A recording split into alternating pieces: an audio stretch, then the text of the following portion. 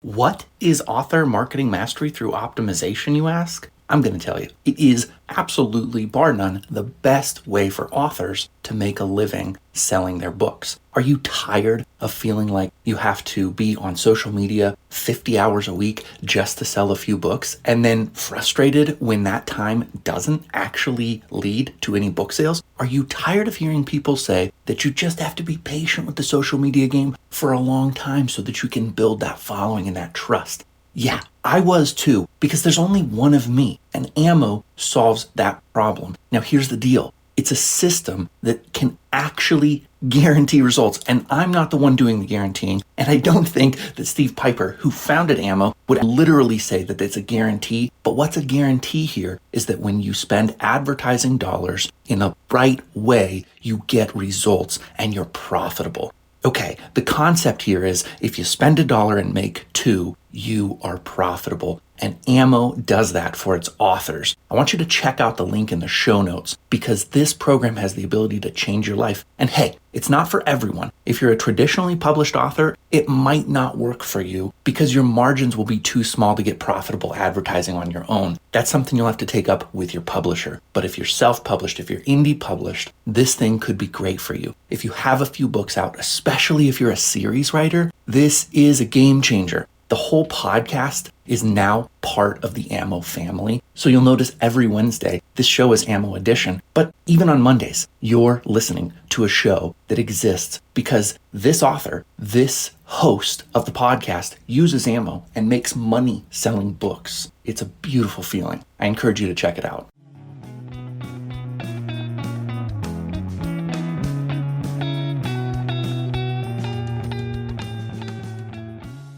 Let's start getting some books in libraries. That's what we've been building up to the last 3 weeks. And if you haven't listened to episodes 1 and 2, they dropped last Monday and the Monday before. They're pretty important to give you context because if your book isn't up to snuff, you're not going to have long-term success. You may possibly get a few books into a few libraries, but when readers start to report that the book has typos or they don't check it out because the cover doesn't look professional, it's kind of going to be a dead end for you. And with that in mind, you're going to have to spend a lot of money, and that's where the first episode in this series is important. You have to understand what you can actually gain by doing this.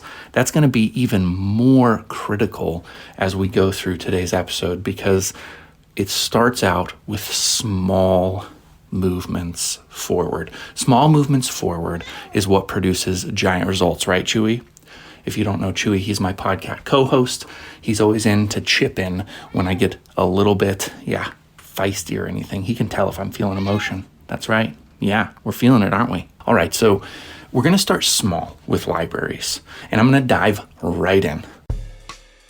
If you've ever watched an author read in public and felt bored, TRBM is the antidote. That reminds me of a great villain in a town who needs a hero. Now TRBM is for writers, what time-lapse was for painters, and what guitar solos in Spotlight were for bands, what chainsaws and icebergs were for sculptors. But what does TRBM stand for? Tahitian revealing beach model, tiny Roman babe magnet, or the right blend multiplies? You decide. So libraries are going to be a huge project, but the payoff is massive as well. We're talking 6 figures multiple times a year if you have good ins with libraries across the country. But in order to get to that point, you need to start close to home. And I don't know if you're aware of this, but you can actually sell your paperback book directly into your local library branch without having to go through Ingram Spark. You can take a book into the library, and if you've got a good sales pitch and the cover looks nice and you can explain to the librarian, you also have to talk to the librarian who's in charge of purchasing. If you can convince them that your book is a great fit, they can buy that book. They can have you bring them an invoice and they can invoice it in right there. They don't need to use Ingram Spark. And I want to say that because this is your actual preferred method. And if you can teach libraries to engage with you in this way, you may never have to use Ingram Spark for your paperbacks. We're not going to talk about ebooks today. We're not going to talk about audiobooks today. Though if you do subscribe to my Substack, where this podcast is hosted, you get emails with bonus content. And in that bonus content, there is a graphic of a request that I sent into my local library to carry my audiobook. That's going to be hugely profitable for you if you can get in. And you will need services like Ingram Spark and other services. Actually, I haven't even gotten fully into the digital side of audiobooks yet, but you will need services most likely to have expanded distribution with libraries when it comes to digital assets. I'll update you if my information changes along the way, but for sure, you can get paperbacks into libraries more than just your local library direct selling to them. And just as a recap, if the library buys directly from you, they're going to save 50% of the cost that they would spend if they bought from Ingram Spark. I said this in an earlier episode, and I'll reiterate. Ingram Spark doubles your price when they sell books to libraries. So libraries, if you charge like I do, $18.99, libraries are going to pay $38 for one copy of your book. But you're still going to gross a smaller amount of profit because you've also agreed to a reduced share of the book. So there's a huge benefit in selling directly to libraries with your paperbacks where they save 50% and you gross 97%. You're going to need to use some kind of credit card merchant, most likely, although libraries can write checks. But it's the preferred way. You make more money, it makes your time worth it, you can hit more branches, and you can build relationships. Also, just as an aside, for the last couple of days, I've been having like a little blood pressure thing. So I'm short on breath. If you hear me sounding like I'm gasping, I am. Life happens. I'm probably fine, but I might be dying. Okay. So just as a reminder, few channels are going to be more profitable to your book business than libraries if you get this system running.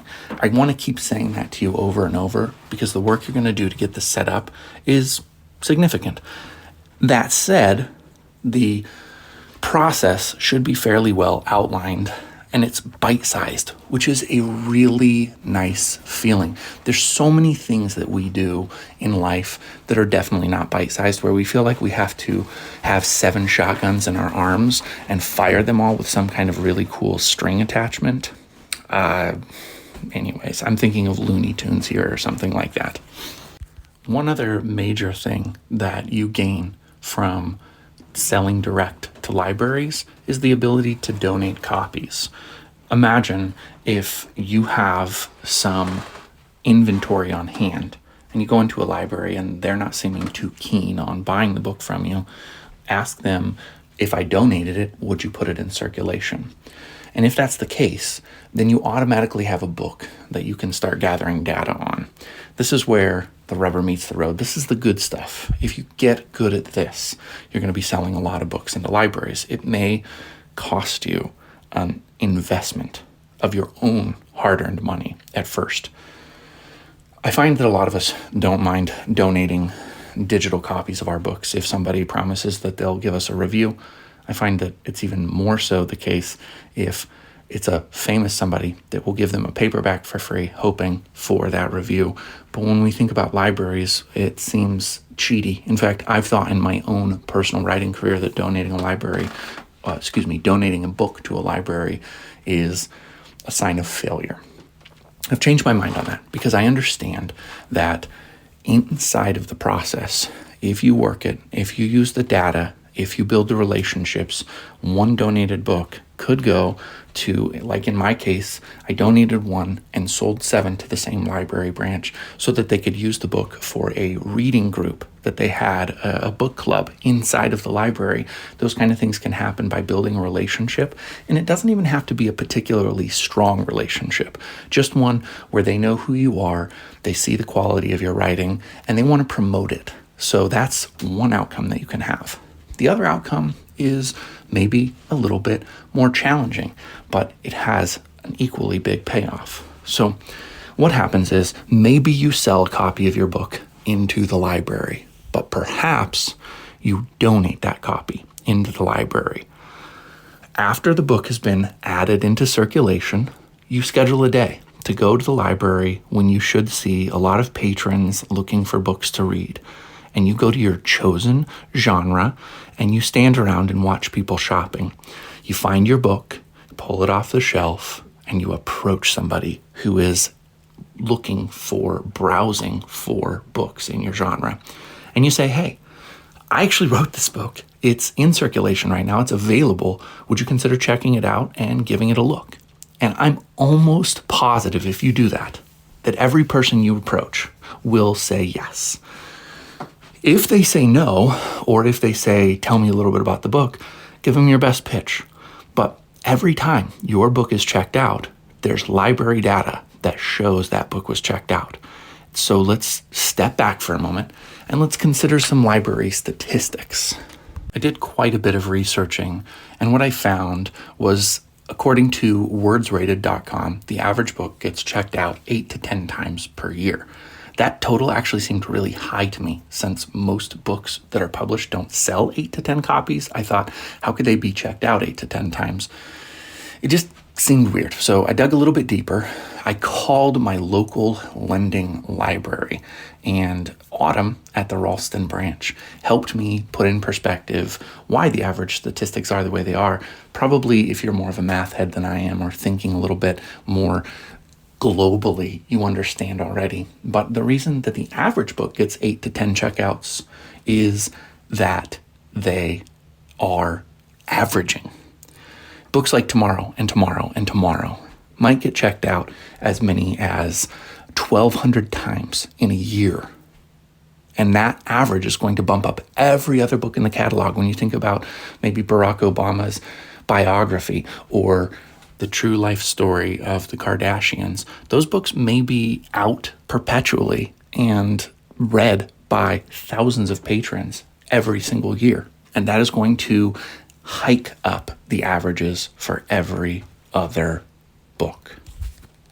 And that might make you feel like checkout statistics are depressing, because if one book can make maybe 100 other books appear like they're getting checkouts, if you're just looking at averages, if you think deeper, it actually means the effort you need to put into getting your book checked out at a rate where librarians will say, yes, this book is worth buying, is really small. They know that you are not coming to them with a Tomorrow and Tomorrow and Tomorrow because people who wrote that book don't have to market themselves. Eventually, you might be there if you're a very savvy marketer, and then you don't have to talk to them. You just let them know. You send out a blast email and say, hey, I have a new book coming out. Purchase it here. You'll be shocked.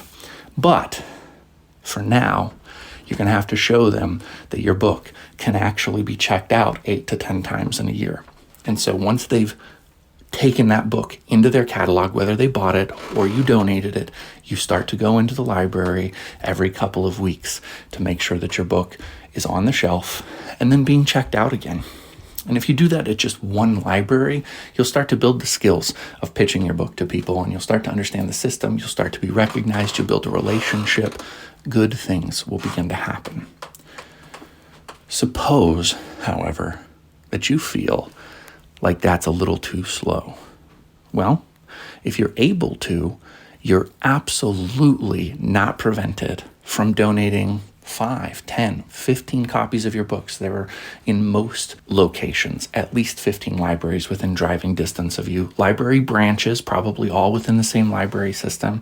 You can sell or donate that book to the library and hit all of those locations. You're going to be busier. You're going to be spending more time going into those libraries to do this, but it will hasten the process, because with each library that you go into, you're going to begin to get data.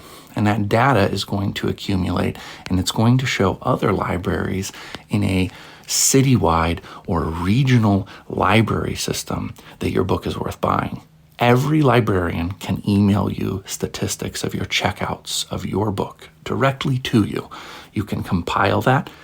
You can take that information to the next library system, to the next library in another city, in another county, in another state. You can build up. And the more books you can put out there and the more libraries you can hit and build those checkout statistics for, the more you can do this quickly into other states. And eventually, you'll have a book that is distributed nationally and has good checkout rates. You're going to say it's a little more difficult to reproduce the process if you're not living close to the library of getting that book checked out. And that's true, but there are still things that you're able to do. And we're going to have to save some of those details for future episodes. So hang tight on that. But do understand, from a local perspective, you can start building data right now, and that data will be the springboard to get your book in more libraries. So your homework for this week is to ensure that your book is of the highest quality, editing, proofreading, all of it is put together. People love it that you know, people that aren't just your family and friends. You've been getting some good reviews. It's time to get out there and get into the libraries. If the quality of the book is great, then the first thing you need to do, your homework for this week, is to contact your nearest library and ask them what their policies are for buying paperback books from self-published authors. I would highly recommend going into the library branch with your book on hand and showing them the book while you're talking to them. Ask them if they're willing to buy direct from you. In some cases, they won't be. And in that case, instead of asking them to consider buying it from Ingram Spark, I highly encourage you to donate the book on the spot and ask them the process of what's going to happen after you donate that book. Because once you do, you're going to need to know when you can come in and see it on the shelves. You're going to need to get the catalog number. You're going to need to understand the policies they have behind lending. And you want to just lean into that. Build a good relationship. Be a good patron of the library. And then go back in a couple of weeks. And so that's not part of your homework right now, but you should be thinking about it once you have gone in and either sold your book, if you're fortunate, or donated your book. Then set it on the calendar for 2 weeks. Probably 2 weeks is what you'll need to go in there, find a book on the shelves, and get somebody to check it out. All right, homework this week. Find your library, the closest one. Get a book in their catalog. That's all you need to do. If you've been enjoying this series so far, if you found it helpful in getting you thinking about how to manage your books into the library system, one thing that I would love for you to do is consider buying my books to support this podcast. I don't ever ask for you to donate to me. I don't ever ask you to go to my Patreon page. I'm not selling anything to you, with the caveat that I am part of the Ammo family. And so you do have the opportunity to join Ammo through my podcast. And a lot of my guests on Wednesdays especially are going to be Ammo related. That's because I do sell a ton of books using the Ammo program. I'm profitable. I earn more money with Ammo than I pay for all of the tools in Ammo. And you can too. There are some caveats. I'm not going to go over it. I'm not going to do a sales pitch here, but you can join Ammo. That's one way to support my podcast, is to join Ammo, because I do get an affiliate commission every time someone joins. But honestly, I just want you to do what works well for you. You can sell books into libraries and never do Ammo, and you can be successful. You can do both and be doubly successful, triply, quadruply successful. Just consider, this is going to take work. No matter what you do, you're going to have to put effort behind it. Believe in your books. Every time you think about quitting, dropping off, ask yourself, are you willing to be confused and fail? Are you willing to fail your way towards success? And what's the worst that can happen if you give it everything you've got? Because almost nobody does.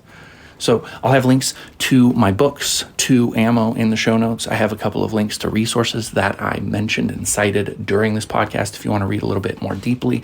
I always encourage you, get ahead of me if you want to, but I'm going to try to take this podcast at a manageable rate for most people. So each week I will give you a little action item, something that you can do to get closer to having your book in a local library and having that national distribution that pays for you to be a full-time author. Thanks for listening to TRBM, and I hope you have a great week.